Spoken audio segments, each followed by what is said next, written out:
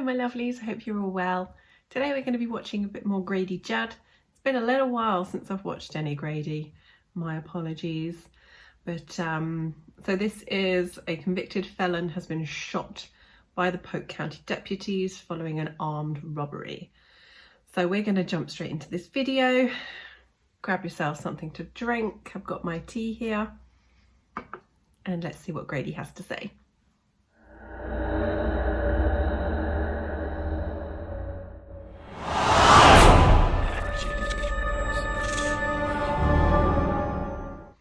Making sure I'm pressing record this time. I filmed 4 videos yesterday, but 2 of them I didn't record. Total catastrophe. All my fault, of course. But yeah. Are we ready? In 3, 2, 1. Good Saturday afternoon, everyone. Thank you for being with us today. We're going to release information to you about a deputy-involved shooting that occurred just a matter of, 2 or 3 hours ago. So obviously, and I underscore, the information we release to you today is the best information we understand at this very early stage of the investigation. Part or all of this is subject to change as we get further details, but our policy is that we're transparent, and we're not only transparent, but we're transparent early. That's what I love about Grady with his press conferences. They get the information out as early as they can, and whether that means that they have all the information up front, which obviously they're probably not going to at that early stage, but it's just nice that they like to get the information out as early as they can. The community has a right to know. Let me introduce you to this guy, Matthew Correra. He's a white male, 27 years old. Matthew is a bad guy, a real bad guy. He's got a criminal history. He's got 3 previous felonies, one of them a home invasion burglary. He's been to state prison 1 time for 5 years. And this morning he's with an unknown white female. This unknown white female and he are in this white older model Tahoe here. They go right down the road to Thornhill, where they arrive at the Sunrise Supermarket, and they steal that red Toyota pickup truck, and they leave. At about 8:44 this morning, just down on Spirit Lake Road, which is just as the crow flies, about maybe a mile away, right around the corner really, they robbed the Ramirez tire shop with a firearm. They were on a spree. And here's what occurred. Correra and the white female go into the tire shop. They ask for money. He says, I don't have any money. They ask him a couple more times for money. He says, I don't have any money. Now they're in the office. He pulls out of a duffel bag that he's carried into the store a rifle, points it at our victim, walks over and slides shut the door. This looks pretty ominous for a minute. Yeah. And he continues to point it and ask for money, and you can see him rummaging around in the office. We're going to release a piece of that video clip to you today so you can see the robbery. Well, apparently another customer arrives, and upon arrival of the customer, they flee, they being the suspects, Ramirez or Correa, and the girlfriend or female or whoever she is. We're also going to release that video footage so that someone can identify her for us, and we can have her arrested sooner rather than later. She's on the run then. They leave there. I've told you often that our deputies are simply the best in the business. And it wasn't but 2 hours later that we found the stolen vehicle. That's right.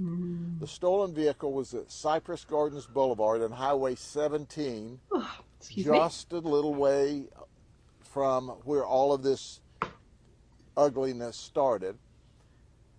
The suspect was southbound on Highway 17 in the red truck. He comes down to 540 and turns, and he's coming westbound. This is 540 now. We are behind him. We've called for air support and canine. We've not initiated a pursuit in the beginning because we wait for our resources to get in place. However, he forced a pursuit. On 2 separate occasions, we tried to stop stick the vehicle. He drove around the stop sticks. On one occasion, he drove directly at one of our deputies in an attempt to run over him, to hit him, to kill him. And then he ends up, as you see over my shoulder here, just racking up in the charges. eastbound lane, where deputies surround the vehicle. And when the deputies surround the vehicle, understanding now he's by himself. We don't know where the female's gone to. Yeah, where's she gone? Because it's been about 2 hours. He points a rifle underneath his chin.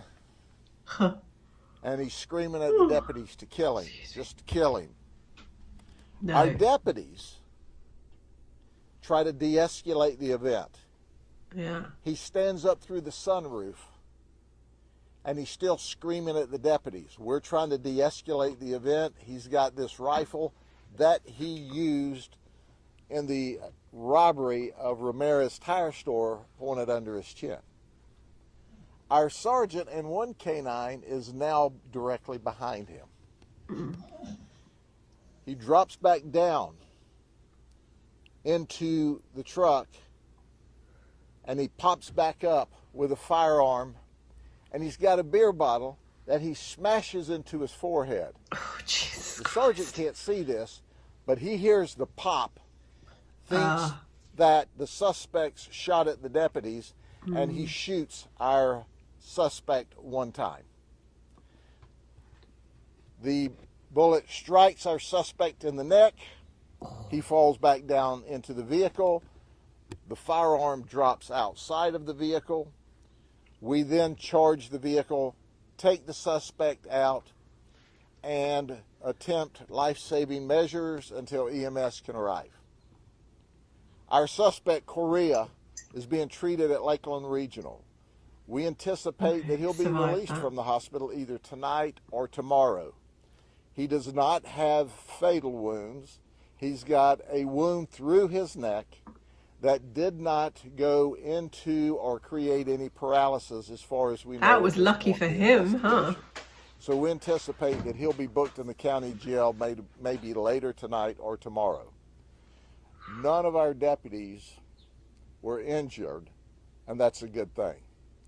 It's important to point out, Correa started his rampage early this morning, where he stole a vehicle, where he pointed a firearm at a man while he was trying to rob him of money.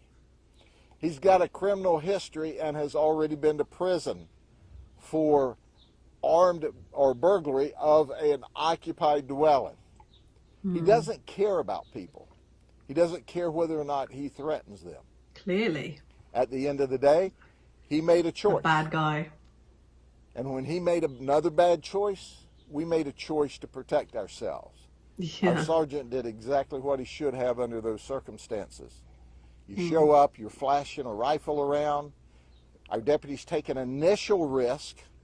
They were justified when he pops up with a rifle in the first place to shoot him, but they didn't. They tried to de-escalate the situation and calm it. Yeah. And then he pops back up the second time with a rifle and a beer bottle. He's already screaming, "Kill me, kill me, kill me." When the sergeant, who can't see what's happening from behind, hears the pop, he believes our suspect shot at our deputies. That's when our sergeant, with his handgun, shoots the suspect one time. He's in custody. And we're sending him to the county jail as soon as he gets out of the hospital. And then we hope that we send him to prison for a very long time, because if he's running the streets, well, yeah, he's a menace. He is dangerous. He's dangerous. Yeah. And somebody will be hurt as long as he's at large. But today everyone's safe. Good. No one was injured despite his reckless rampage. Well, we don't know what happened to the woman. We do want to find the blonde-headed woman that was with him. You'll see the video. We need your help. Any questions? Well, there we go. That was some Grady Judd talking about a armed robbery shooting case. Very good, very good. As always. So you'll have to let me know if you've seen anything about the female in the case being found or anything like that. Let me just check the comments quickly. See if anyone has any information. This is one of the best sheriffs I've ever heard of. Yeah.